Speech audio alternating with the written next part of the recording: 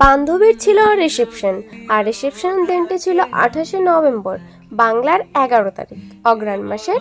তো আমাকে বান্ধবী বুকিং করেছিল অনেক আগে, আর বান্ধবীর বড় মানে জিজিও। তো যাই হোক, আমরা বেশি দেরি না করে বেরিয়ে পড়েছি অনেক দলবল নিয়ে। তো আমরা যেহেতু 3টা মেয়ে ছিলাম, তো পিনকি যাবে বাড়ি, তার কারণ ওর কলেজের কিছু কাজ আছে, তো বাড়ি চলে যাবে। আর আমরা টুম্পা আর আমি আমার ভাই মিলে চলে গেলাম আমাদের ব্রাইডের লোকেশনে। আর লোকেশনটি ছিল গোয়ালপাড়া। তোমরা অনেকেই হয়তো চিনো যারা ইটাহার সাইডে বাড়ি যাদের। আর সেদিন ছিল আমার একটাই ব্রাইড, 8টা পার্টি মেকআপ ব্রাইডের লোকেশনে। তো যাই হোক, ভালোই লাগলো, এক জায়গায় কাজটা করতে হবে, অন্য কোথাও যেতে হবে না। আর এদিকে টেনশন হচ্ছিল ফুল ফুল কখন আসবে। তারপর আর কি বর্ণালীকে আমরা শাড়ি পরিয়ে দিই। তো বর্ণালীর কাছে শুনে নেব। আচ্ছা বর্ণালী, তোর আজকে রিসেপশন বল, আমার কাছে কিরকম লোক চাস? তোমার ইচ্ছা মতো, তুমি যেভাবে সাজাবো সেভাবে।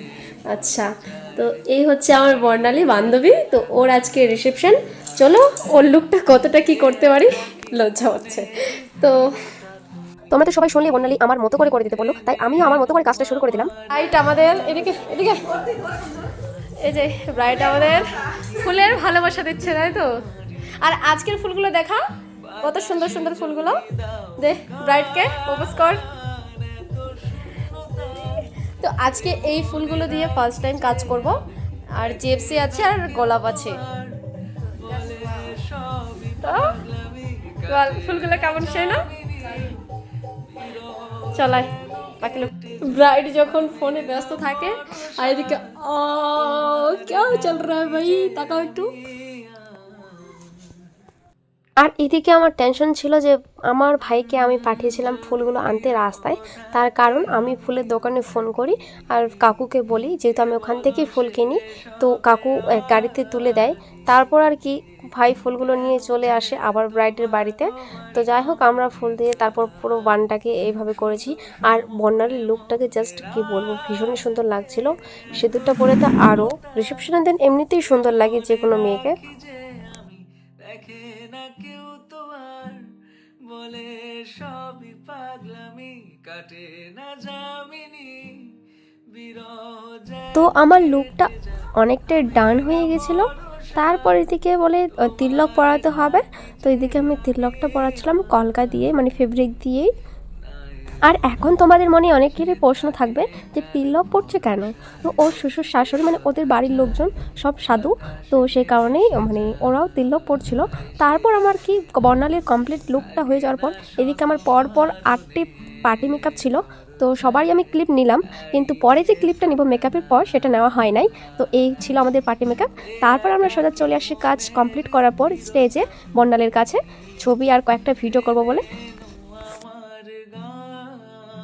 বল কেমন লাগলো? ভালো লাগছে। তো এই হচ্ছে বর্ণালীর ফাইনাল লুক। তো তোমাদের কেমন লাগলো অবশ্যই। আর এদিকে ও লজ্জা পেয়ে গেছিলো একবার, তার কারণ অনেক লোক দেখছিল। তারপর আর কি একটা পার্টি মেকআপের লুকগুলো আমি জাস্ট একটা ছোট্ট করে ক্লিপ নিয়েছিলাম সবারই, আরও ছিল বাকি। তো আর বউ ব্যাস, ওখানে কয়েকটা ছবি ভিডিও তো করার পর খেতে বলছিল, রিকোয়েস্ট করছিল, যেহেতু আমাদের বান্ধবী আর আত্মীয়র মধ্যেই বলা চলে। তো সে কারণে আমরা আবার খেতে চলে আসি। এখন অনেকেই বলে খেতে গেছো না কাজে গেছো, তো যাই হোক সেসব কথা বাদে দাও, কারণ খিদেও পেয়ে গেছিলো, আমরা খেতে চলে আসি। তো ওইদিকে খাওয়া কমপ্লিট করার পর তারপর আবার যাই। আর যেহেতু দুজনের পার্টি মেকআপ ছবি আমরা তুলে নিই, ভিডিও করে নিই, তো পরে দেখা হয়ে গেছিলো দিদিদের সাথে, তো আমরা তুলে নিলাম আর একটা ক্লিপ তোমাদের দেখিয়ে দিলাম। তারপর আর কি বান্ধবীর সাথে আরও কয়েকটা ছবি ভিডিও করি, কারণ আমার মন ভরে না যদি পার্সোনালি মানে যেহেতু বান্ধবী হয়, তো সে কারণে অনেক ছবি ভিডিও ওর সাথে করা। আমরা আছি আপাতত এখানে। আর বান্ধবী কিছু বলতে চাস? লজ্জা হচ্ছিস?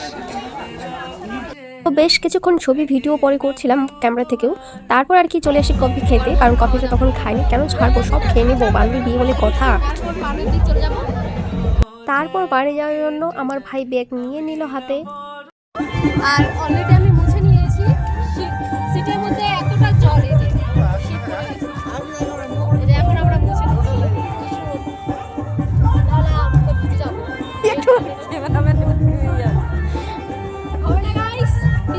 শেষ হয়ে যাচ্ছে আমার না হলে।